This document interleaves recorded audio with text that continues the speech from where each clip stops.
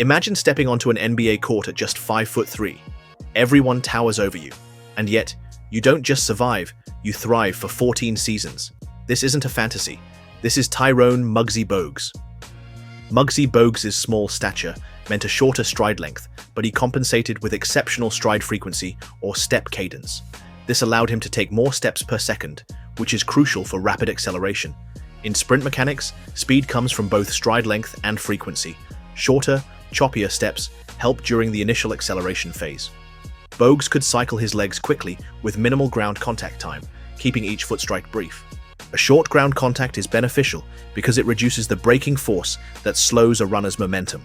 By striking the ground under his center of mass and rapidly driving backward, he maximized forward propulsion on each step. Additionally, his lower body mass meant less inertia to overcome at takeoff. Given equal muscle force, a lighter athlete accelerates faster because less force is needed to achieve the same change in velocity. In essence, Bogues' lighter frame and quick turnover let him reach top speed in just a few explosive strides, whereas taller players with longer strides often took more time to overcome their inertia and fully accelerate. Having shorter limbs conferred an efficiency advantage. Swinging longer arms and legs takes more effort because they're harder to move quickly. The farther the weight is from your body, the more energy it takes to control. That's why shorter limbs make movement more efficient and less tiring over time. In Bogues' case, each step or arm swing demanded less energy, which over a full game translated to lower fatigue. There's also a scaling principle at play, the square cube law. A person much shorter than another tends to have disproportionately greater relative strength and endurance, roughly twice as much for half the height, according to this physical model. This means Bogues could sustain high-intensity play with less strain, giving him an endurance edge in running opponents ragged. Physiologically, muscle fiber composition underpinned his performance. Muggsy's explosive quickness hints at well-developed fast-twitch fibers, which generate force rapidly for sprints, jumps, and sudden lateral movements. Fast-twitch fibers excel at quick, powerful contractions, but can fatigue relatively fast. However, because his limbs were easier to move and his energy expenditure per movement was low, he could repeatedly activate those fibers without tiring as quickly as a larger player might. Meanwhile, his training and build likely ensured he had sufficient slow-twitch fiber endurance for playing heavy minutes. Slow-twitch fibers are fatigue-resistant and ideal for sustained activity. The balance of these fibers, combined with efficient mechanics, enabled Bogues to maintain his trademark intensity and speed throughout games. In short, his smaller body was an energy-efficient engine. Every movement cost him less, allowing high work rate and quick recovery between bursts. A unique hidden advantage of Bogues' height was neurological quickness. Nerve signals travel at a finite speed, so shorter distances from the brain to the muscles mean slightly faster signal delivery. In fact, studies have found that taller individuals have slower nerve conduction in their longer limbs. Nerve impulse velocity correlates inversely with height.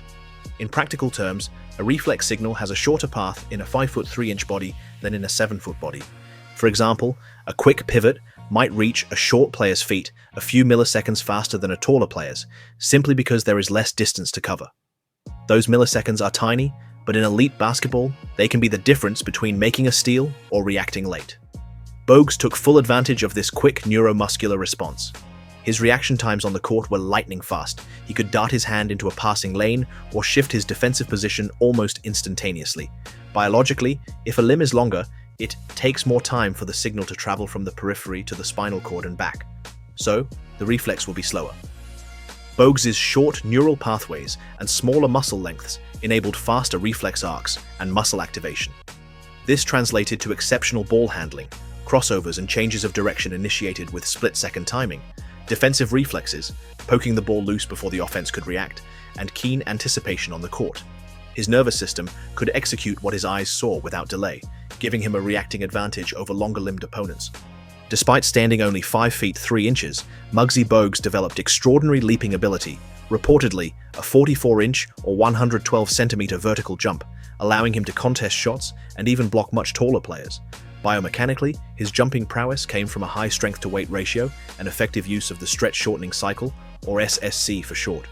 To propel one's body upward, the leg muscles must generate tremendous force relative to body mass. Shorter athletes generally need even greater relative power output to achieve the same jump height as taller athletes, who benefit from longer levers. Bogues overcame this with powerful legs and explosive muscle contractions. His musculature could produce force quickly, And because he was relatively light, that force translated into impressive upward acceleration of his center of mass. Additionally, he capitalized on the SSC, the elastic recoil mechanism in muscles and tendons. By doing a rapid dip before jumping, a quick knee bend, he pre-stretched his leg muscles and Achilles tendons, storing elastic energy. This pre-stretch enhances force output. A counter-movement jump allows an athlete to produce more force and achieve greater height than a non-counter movement jump. In Bogues' jumps, the SSC and his fast twitch fibers would work together to catapult him upward explosively. The physics is straightforward. The faster your takeoff velocity, the higher your jump. Bogues' legs generated exceptional takeoff velocity, overcoming his height deficit. In terms of blocking shots, vertical leap is only part of the equation. Timing and reach matter too. Muggsy had astonishing timing. He could leap exactly as an opponent released the ball. Coupled with his vertical, this allowed him to block 39 shots in his career, including one against 7 feet 0 inches, Patrick Ewing. Bogues' low center of gravity was a significant asset for ball handling and agility. The center of gravity is the balance point of the body, and in shorter individuals, it's naturally closer to the ground. A lower koji improves stability. An athlete with a low stance is harder to knock off balance and can change directions more readily. Muggsy inherently had a constantly lower center of mass on the court, and he would often play in a crouched, knees-bent posture, further lowering the center of gravity. This gave him superb balance when dribbling. Bumps from larger defenders were less likely to topple him because his weight was well centered over a wide base. In sports science terms, lowering the center of gravity increases stability, since the body's mass has to be lifted higher to tip over the base of support. A short athlete effectively has a shorter line of gravity from the center of gravity to the ground, which means greater inherent balance than a tall person of similar build. For Bogues, this translated into an ability to stop, start, and cut sharply with minimal wobble. He could cross over or change direction on a dime while keeping control of his dribble, whereas taller opponents might struggle with such sudden shifts due to the center of gravity and greater momentum. His ball handling benefited from these stability and agility advantages. Because he was so low to the ground, his dribble was naturally low as well. The ball didn't have to bounce as high on each dribble, which made it harder for defenders to reach in and steal. In basketball, a lower dribble also means the ball returns to the hand faster, allowing quicker dribble moves. Bogues could explode out of a low dribble with a crossover or hesitation move, maintaining excellent control. His hand positioning and wrist flexibility were refined through practice. He dribbled with his fingertips, which maximizes control, and had the wrist snap to keep the ball on a string, even at high speeds. The low center of gravity enabled him to keep his chest over the ball and stay balanced during these moves, as coaches often advise. Staying low improves agility and control. As a result, Muggsy was famously difficult to strip of the ball, and he could weave through traffic with ease. His stature essentially turned his entire body into a tight, maneuverable package, low, stable, and precise. This is why we saw him zigzag past taller players and absorb contact without losing his dribble.